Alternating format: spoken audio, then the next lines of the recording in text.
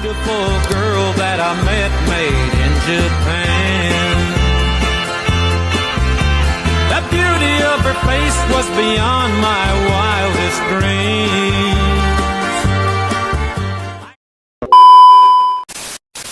Assalamualaikum warahmatullahi wabarakatuh. Selamat pagi yang terhormat Ibu dosen pengampu mata kuliah pengantar ekonomi makro, Ibu Vina Islami, SPIMM. Pada kesempatan kali ini kami akan membahas topik yang berjudul analisis inflasi di Indonesia sebagai indikator ekonomi makro. Topik ini kami angkat karena inflasi merupakan salah satu indikator penting yang dapat mencerminkan kondisi perekonomian suatu negara termasuk Indonesia. Adapun tujuan dari presentasi ini adalah untuk memahami pengertian inflasi, faktor-faktor penyebabnya serta dampaknya terhadap perekonomian Indonesia sebagai bagian dari analisis ekonomi makro. Perkenalkan, nama saya Mesya Aulia Putri dengan NIM 64250742. Saya Nadine Saider Rahman dengan NIM 64250700. Saya Zulaika Latifah Zihan dengan NIM 64250781. Latar belakang, inflasi adalah kenaikan harga barang dan jasa secara umum dalam periode tertentu dan menjadi indikator penting kondisi ekonomi. Inflasi yang stabil menunjukkan perekonomian yang sehat, sedangkan inflasi yang terlalu tinggi atau rendah dapat menurunkan daya beli dan mengganggu stabilitas ekonomi. Di Indonesia, inflasi mempengaruhi kesejahteraan masyarakat karena berkaitan dengan harga kebutuhan pokok dan energi, sehingga pemerintah dan Bank Indonesia berupaya menjaga tetap stabil inflasi yang rendah dan stabil dapat mendorong produksi dan meningkatkan PDB, sehingga mendukung pertumbuhan ekonomi. Sedangkan inflasi yang tidak stabil justru dapat menghambatnya. Rumusan masalah. Pengertian dan konsep inflasi dalam ekonomi makro. 2. Perkembangan inflasi di Indonesia berdasarkan data BPS. 3. Faktor-faktor yang mempengaruhi inflasi. 4. Dampak inflasi terhadap daya beli masyarakat dan stabilitas ekonomi. 5. Peran inflasi sebagai indikator ekonomi makro dalam menilai kondisi ekonomi Indonesia. Tujuan dari penulisan ini, 1. Memahami pengertian dan konsep inflasi dalam ekonomi makro. 2. Menganalisis perkembangan inflasi di Indonesia dari data BPS. 3. Mengidentifikasi faktor-faktor penyebab inflasi. 4. Mengetahui dampak inflasi terhadap daya beli dan stabilitas ekonomi. 5. Memahami peran inflasi sebagai indikator ekonomi makro dalam menilai kondisi perekonomian Indonesia. Manfaat penulisan. Bagi penulis, memahami wawasan tentang inflasi dan perannya dalam ekonomi makro. Bagi pembaca, memberikan informasi tentang inflasi, perkembangan, dan dampaknya. 3. Bagi pemerintah atau lembaga terkait, menjadi bahan pertimbangan dalam pengambilan kebijakan ekonomi, Bank Indonesia, dan BPS. Baik, di sini saya akan memberikan penjelasan tentang apa itu inflasi. Jadi, inflasi suatu kondisi meningkatnya harga barang dan jasa secara umum dan terus-menerus dalam periode tertentu.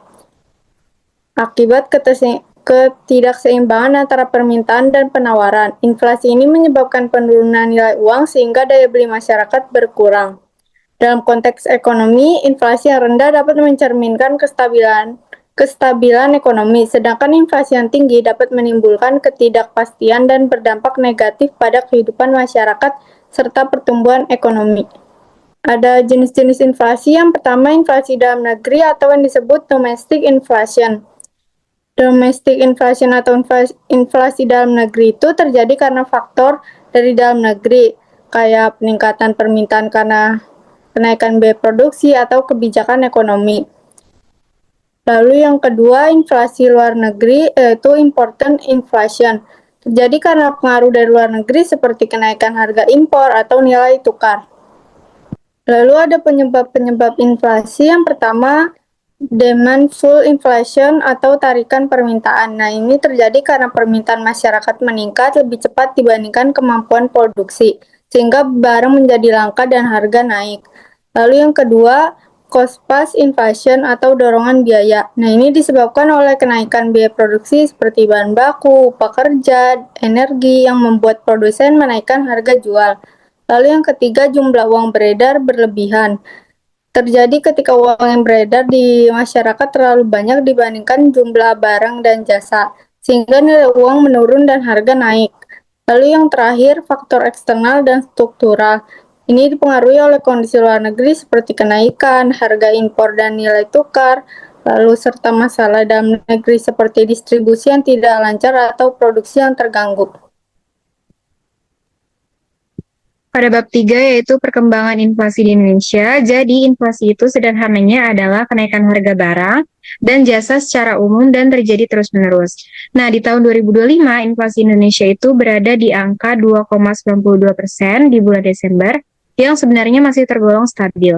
Tapi kalau kita lihat pergerakannya sepanjang tahun, inflasi ini tidak tetap melainkan fluktuatif. Bahkan di awal tahun sempat terjadi deflasi sekitar 0,09% di bulan Februari. Lalu, perlahan naik sampai akhir tahun. Perubahan ini dipengaruhi oleh beberapa faktor seperti kebijakan pemerintah, harga energi, kondisi ekonomi global, dan juga faktor musiman seperti hari besar. Jadi intinya yang lebih penting itu bukan sekedar tinggi atau rendahnya inflasi, tapi apakah inflasi itu stabil atau tidak. Nah, di sini ada grafik inflasi Indonesia pada tahun 2025. Selanjutnya ada analisis dampak inflasi. Kalau kita lihat dampaknya, inflasi ini punya pengaruh yang cukup besar terhadap kondisi ekonomi. Di awal tahun ketika terjadi deflasi, itu bisa jadi tanda bahwa permintaan masyarakat lagi melemah. Jadi aktivitas ekonomi juga ikut melambat. Lalu di pertengahan tahun, inflasi mulai naik yang bisa diartikan sebagai tanda pemulihan ekonomi karena konsumsi mulai meningkat. Nah, di akhir tahun saat inflasi mencapai 2,92%, mulai terasa tekanan harganya. Dampaknya, daya beli masyarakat menurun karena harga naik lebih cepat dari pendapatan. Selain itu, masyarakat juga jadi lebih selektif dalam belanja, lebih fokus ke kebutuhan pokok. Dari sisi usaha, biaya produksi juga naik yang akhirnya mendorong kenaikan harga barang.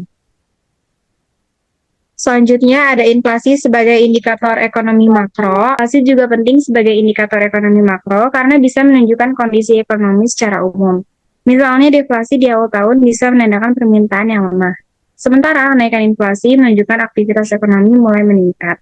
Selain itu, inflasi juga berkaitan dengan kebijakan moneter terutama dari Bank Indonesia, seperti penyesuaian suku bunga untuk mengendalikan inflasi. Tapi inflasi ini tidak bisa dilihat sendirian karena tidak sepenuhnya menggambarkan kondisi ekonomi. Jadi tetap harus dianalisis bersama indikator lain seperti pertumbuhan ekonomi atau pengangguran. Jadi kesimpulannya bisa disimpulkan bahwa inflasi merupakan indikator penting dalam melihat kondisi ekonomi makro di Indonesia. Di tahun 2025, inflasi memang bersifat fluktuatif dari deflasi sampai akhirnya mencapai 2,92%. Inflasi ini berdampak pada daya beli, pola konsumsi, dan juga kegiatan usaha. Karena itu yang paling penting adalah menjaga kestabilan inflasi, bukan sekedar membuatnya rendah. Walaupun inflasi masih tergolong terkendali, tetap perlu dikombinasikan dengan indikator lain dan dijaga melalui kebijakan yang tepat agar bisa mendukung pertumbuhan ekonomi dan kesejahteraan masyarakat. Lalu untuk saran yang pertama untuk pemerintah dan Bank Indonesia bisa menjaga stabilitas inflasi melalui kebijakan moneter dan fiskal serta mengendalikan harga kebutuhan pokok. Lalu untuk pelaku usaha bisa meningkatkan efisiensi produksi dan distribusi serta melakukan inovasi agar tetap stabil dan kompetitif. Lalu untuk masyarakat bisa mengelola keuangan dengan bijak dan merencanakan pengeluaran agar tetap memenuhi kebutuhan. Baik, kita telah sampai di akhir presentasi. Dari pembahasan yang telah disampaikan dapat disimpulkan bahwa inflasi merupakan indikator penting dalam ekonomi makro yang mempengaruhi daya beli masyarakat, stabilitas harga, serta kebijakan ekonomi di Indonesia. Kami berharap presentasi ini dapat memberikan pemahaman yang lebih baik mengenai inflasi dan perannya dalam perekonomian. Akhir kata, kami mengucapkan terima kasih atas perhatiannya telah diberikan kesempatan. Mohon maaf apabila ada kekurangan dalam penyampaian kami. Wassalamualaikum warahmatullahi wabarakatuh.